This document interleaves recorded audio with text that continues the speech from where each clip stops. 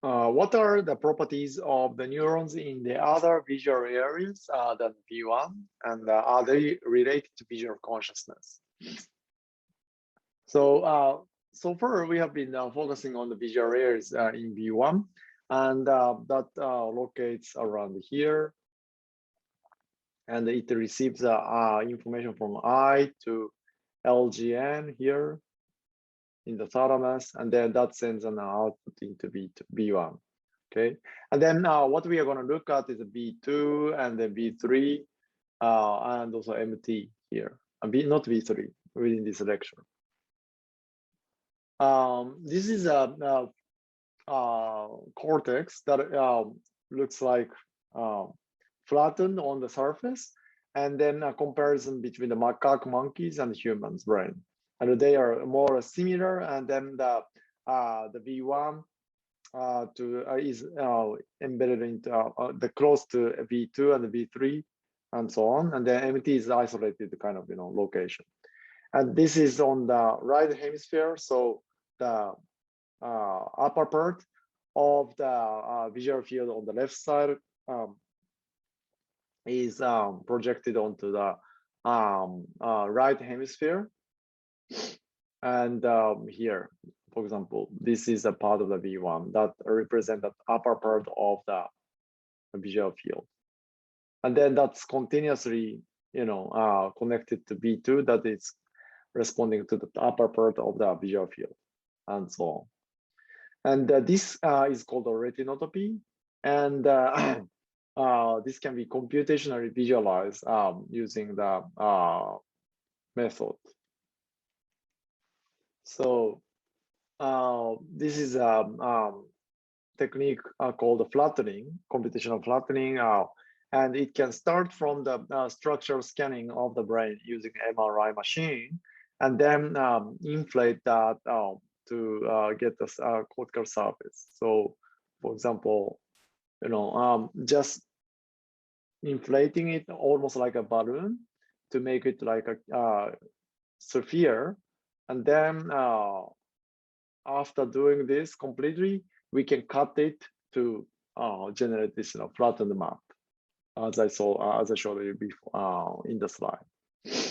This can be reliably done with the current technique of the computational methods. So in terms of the neurons response, once you go above B1, then there are lots of different kind of neuron types that responds to interesting things. So for example, this one, V2 neurons, and that seems to have been not discovered within B1.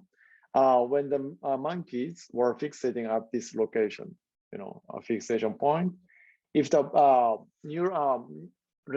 within the receptive fields of the neuron, if the lines are moved like this way, then in this particular case, this neuron responds in both direction of the movement, but with this particular orientation.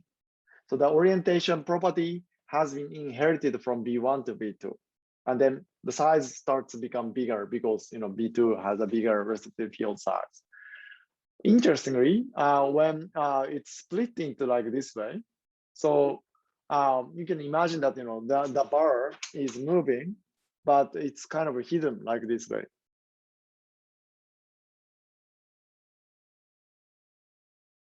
This way, right? Then as you consciously experience some kind of movement by some kind of inference, neuron also starts to show some or response like this way. But an interesting thing comes here. When there's a slight gap here, then it starts to become like almost like this way of motion, and then there's another motion here. And then, if you can imagine that, when there's a gap, then this comparing, impression of something behind object is moving is no longer kind of, sustainable, right? This is very, very comparing kind of, object behind the object, but it's not longer, sustained. And then accordingly, you see much less response.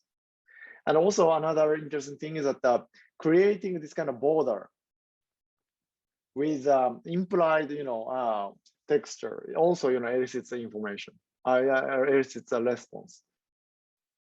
So that means that V2 neurons are combining the input from V1 and potentially, combining the input from the higher level areas of the brain to make the response to the line that is not physically there. So that's what it's called, illusory line response. Okay. So that's a property of the V2. And then another type of the neuron that we talk about today is empty neurons. The empty neurons make a cluster, columnar clusters of the direction and also depth. So here's a motion direction cluster, columnar organization. And as you can see, each of the motion direction is forms some kind of column. And then next column tends to have a very similar motion to this one. So there is a gradual change in this direction of the preference. And then there is also a tuning or cluster depending on the motion in the, let's say if I'm looking at this particular point, motion can happen here at the far or near. And depending on this far near tuning, neurons also can modulate the different the activity according to this distance from you.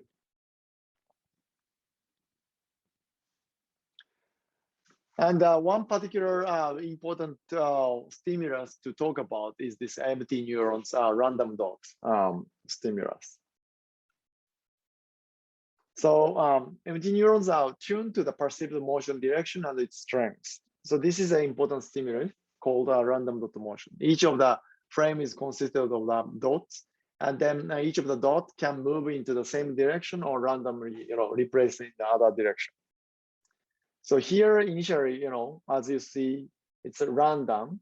I'll play it again. It's a random, and then moving to the left, random, random, left, random.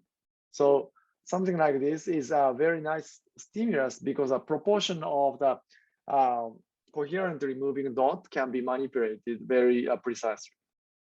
So like from no correlation, meaning random dot motion, into 50% correlation to 100% correlation. And then accordingly, if you record one particular neuron and then determine the receptive field of that neuron, and then you can test how many spikes or activation the neuron elicits per trial can be quantified like this way. And then when the correlation is very low, then when you present the stimulus to the left, up or down, up meaning the preferred direction of this particular neuron, then it shows a very strong activity like here, let's say, right? So this is the up direction. On the other hand, if you show downward direction, then it shows a very small response. And then here, this is a correlation case of 12%, which is already visible in terms of motion. And then as you decrease the correlation or strength of the motion, it starts to become like almost like the same. And you may notice here that this is almost the same as what we use as a signal detection theory. So this is very nice because it gives us a kind of idea that maybe what the brain or neuron is computing is something akin to signal detection theory, collecting the evidence and then putting a threshold and then making a decision. So that's a very nice finding at the time. Okay, so in summary, so neurons in V2 can respond to the illusory lines, and the neurons in MT or V5, the reason why it's called MT V5 is that in US, when it's discovered, it's termed MT, and then when in UK around the same time when it's discovered, it's called a V5. So MT V5 is a sort of the standard motion, and then respond to the visual motion. And then the question is, can we use this information to predict what should happen to the after effects induced by invisible illusory lines and also invisible visual motion? Similar kind of logic as the orientation dependent after effects. But we can learn quite a bit by performing similar kind of experiments in a slightly different situation. And that's what we are going to do in the next video.